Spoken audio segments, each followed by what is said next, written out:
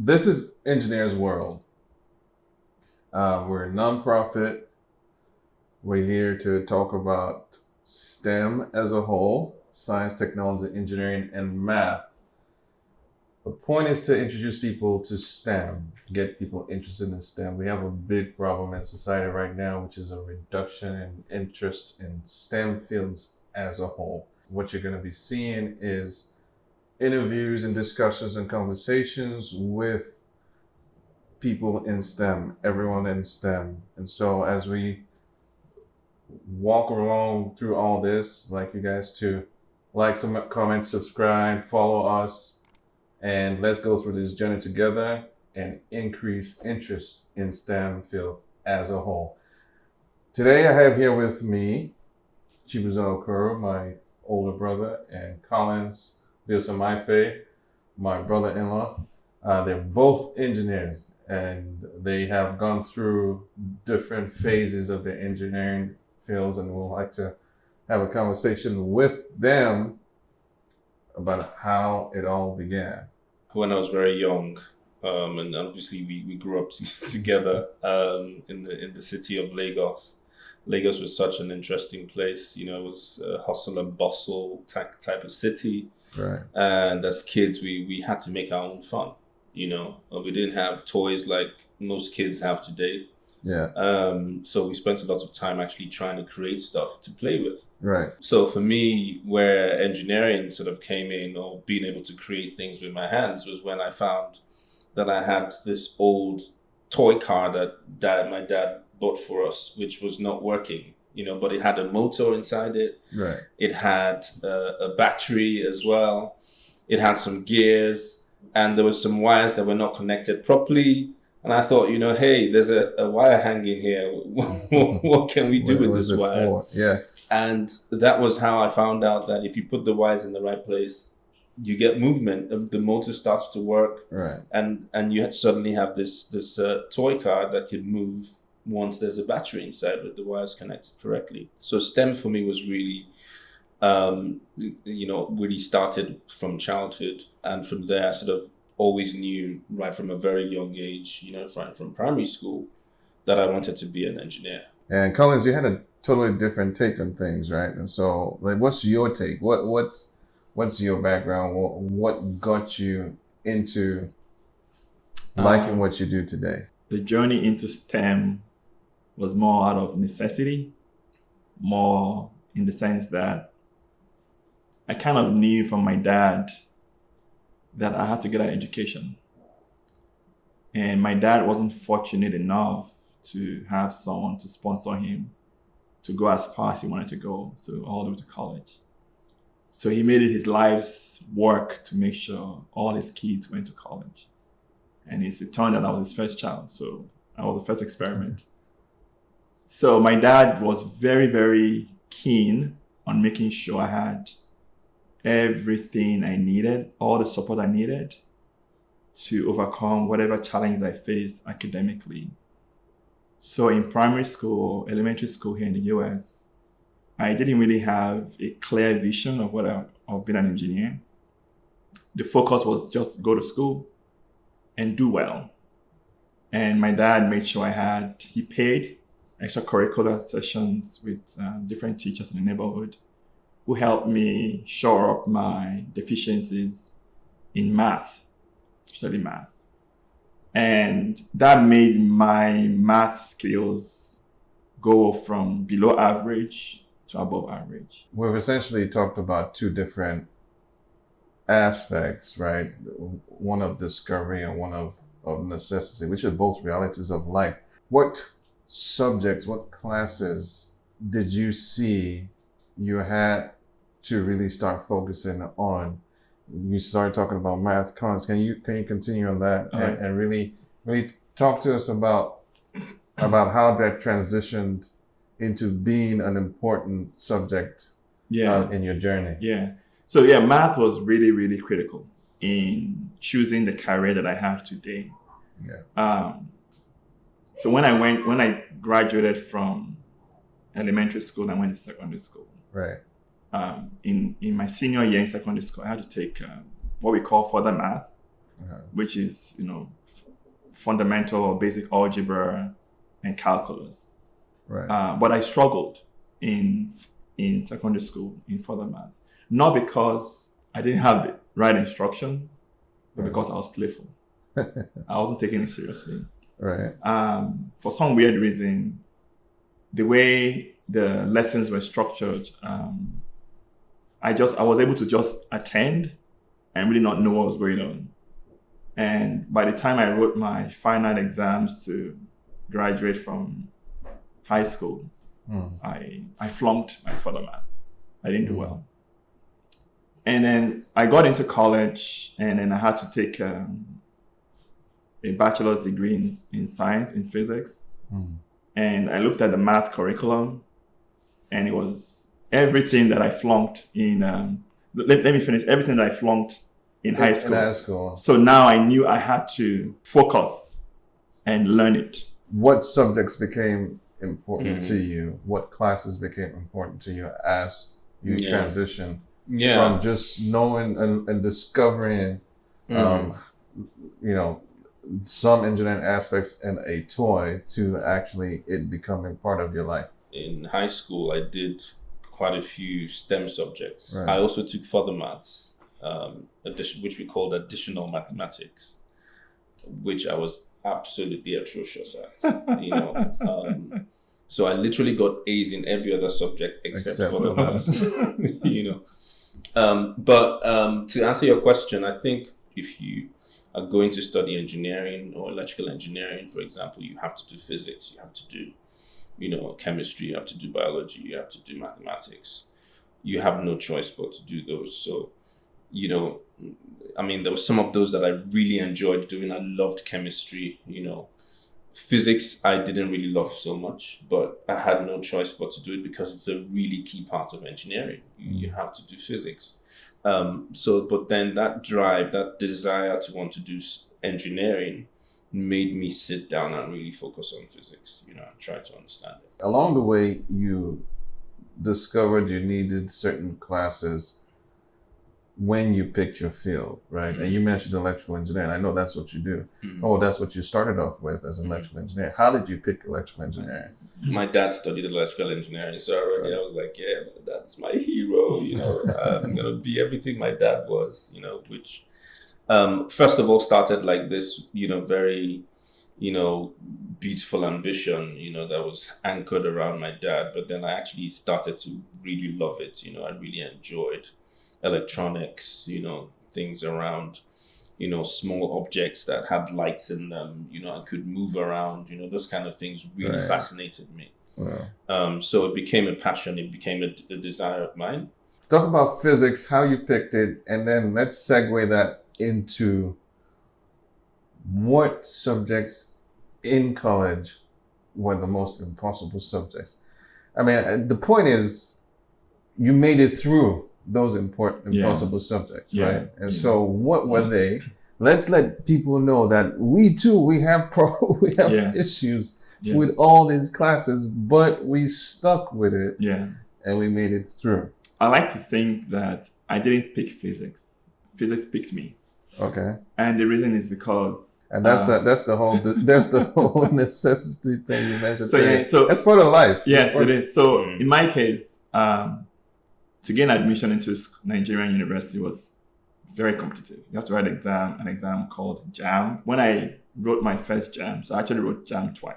So my first JAM, I see that he wrote JAM twice. Nobody passes on the first try. Just stick with it. Some people do. Some people pass. Yeah, people pass on the first try. Not everybody passes on. Me, I failed JAM. So, but continue. So my first JAM, my first choice of you get two choices, right? 2 courses and 2 universities. I chose computer engineering, but I was so sure I was going to get into my first choice course. I read, I prepared, I did everything I could get, but my score wasn't good enough. So I had to write the second JAM. And second time, my score was better than the previous JAM, and I was given the option to study physics. And I didn't want to go back home and write JAM a third time. So I stuck with physics.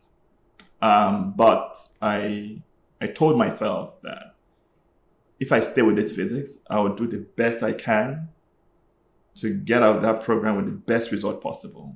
So that was my focus from the very beginning. In high school was tough, was challenging.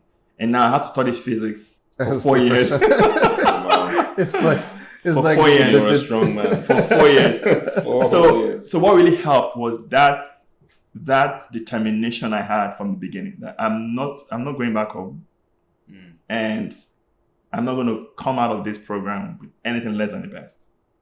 So I was laser focused throughout my 4 years in university. I did only one thing, which is study. I studied from the very first day of the school year, every class, every assignment, every homework. I put in the best effort. So after my first year, my GPA was so good, obviously because I wanted to do really well. And my department said, nope, we can't let you go. You're one of our best students. So we can't let you go to engineering. Oh, wow. Yes. So that's how I stayed. So physics picked you. Physics picked me. Interesting. The similarities in both your stories is one of determination, and that's the point. It is to bring more awareness to the possibilities in STEM, and to also show that there are real life struggles going through getting to where you get the degree. There are real life issues, and as long as you have the determination and you stick with it, you can actually make it through and successful. How has it been transitioning from entry level, middle to where you are now? It's been a bit of a journey for me, and I think when I studied electrical engineering, I really thought that I was going to be, building things. When you study engineering, the possibilities are endless. You could do anything from investment banking, all the way to actually, working in a power plant. It's really up to you, because everybody wants an engineer on their team because of how clever they are, how they're able to face or deal with any problem that you put in front of them. The thing about us is that we're problem solvers. We're able to look at a problem and try and look at it from different angles, and try to fix that problem. So I got really, really interested in communications, in IT, and I did a few exams at that time while I was still in university. So I did like Microsoft certifications, I did Cisco certifications, I really got into that kind of stuff. When I finished and moved from Nigeria to the UK, I started doing other things. I just found myself doing some other stuff. I did a master's in communications. My master's was actually really, really intense. It was called Advanced Photonics and Communications. When I finished, I started working with Ericsson, and we were making mobile phones at that time. That was when Ericsson was making things like, we're making handsets, and handsets were quite big, back then in 2005 when I started with them. But that quickly started to change. I moved away from being a hardware engineer to working in software. So using my mobile experience, and as apps became quite big, I started working in software teams using Agile to build new applications, new software applications. And that sort of opened a whole new world to me. And before I knew it, I was working in a bank who were trying to build applications to help people make payments, you see. So, and then today I'm a program manager doing financial software development and financial projects. So it's been a crazy journey from telecoms to making hardware, mobile phones, and then entering into software development and banking.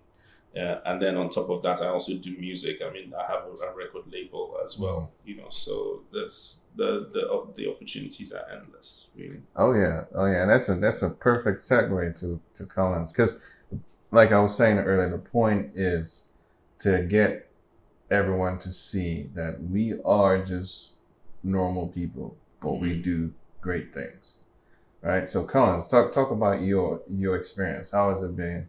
My goal after graduating was to go back to school, get a master's degree in geophysics, because that was one of the aspects of physics that I really enjoyed. In the physics field, is called solid earth physics, but outside physics, it's called geophysics. And my goal was to go all the way to PhD. Unfortunately, it didn't happen that way for so many reasons. But then I ended up getting a job instead. My first job was in a bank, and I did that job primarily to raise funds.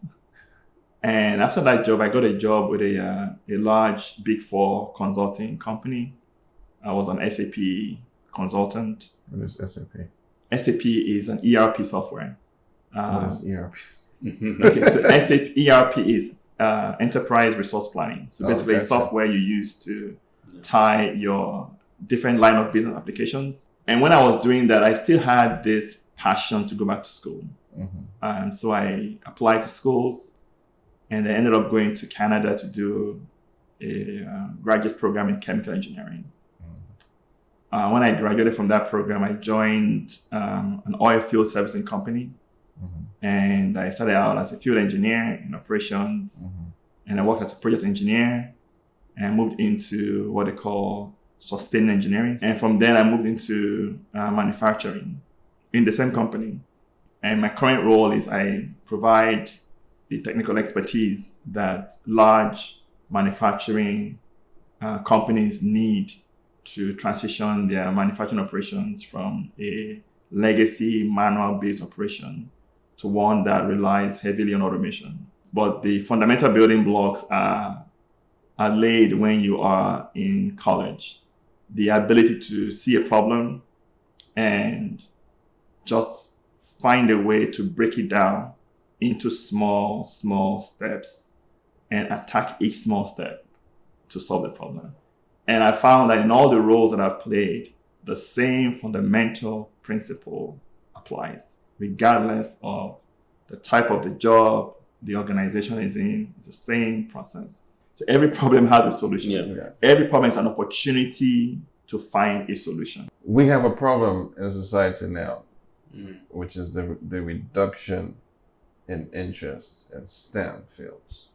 How do you think we can solve this problem? And I think that the reduction in interest is probably because of certain things that need to change slightly, so that younger people can enjoy learning engineering. Now that we have a lot of very, very visual, things with computers, with graphic designs, we can try and make that easier to understand, get people to understand those things a lot better than we used to then, and make it a bit more interesting and a bit more exciting. And I think that there are a lot of schools, a lot of universities are starting to employ these methods. And I think we have a lot of work to do to make young people realize that being an engineer is actually worth it. It's going to be a career that will be rewarding, a career that they can be proud of.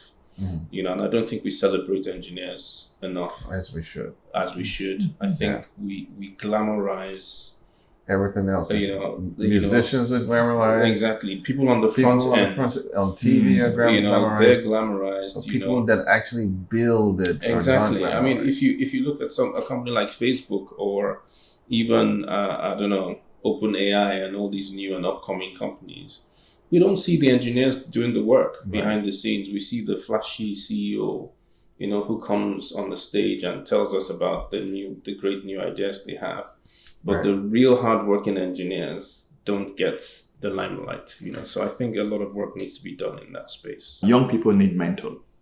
They need to see people who have done it and have those people guide them and assure them that it's doable. Yes, it's difficult. Yes, it's challenging. By no means, it's not easy to put a man on the moon, right? But it's doable. So they need mentors. Yes. And the more your platform and other platforms shine the light on engineers and STEM professionals, I think that will go some way to bridge that gap. You can find something, stick to it, and actually enjoy it. So along these lines, next go around, I'll be talking about myself and how I got started as well. And so with that, I just want to say, it's going to be a ride. We're going to go through and try to really shine the light on the heroes in the background, the heroes that actually do the work. So like, comment, subscribe, stick with us, and let us know what you think in the comments.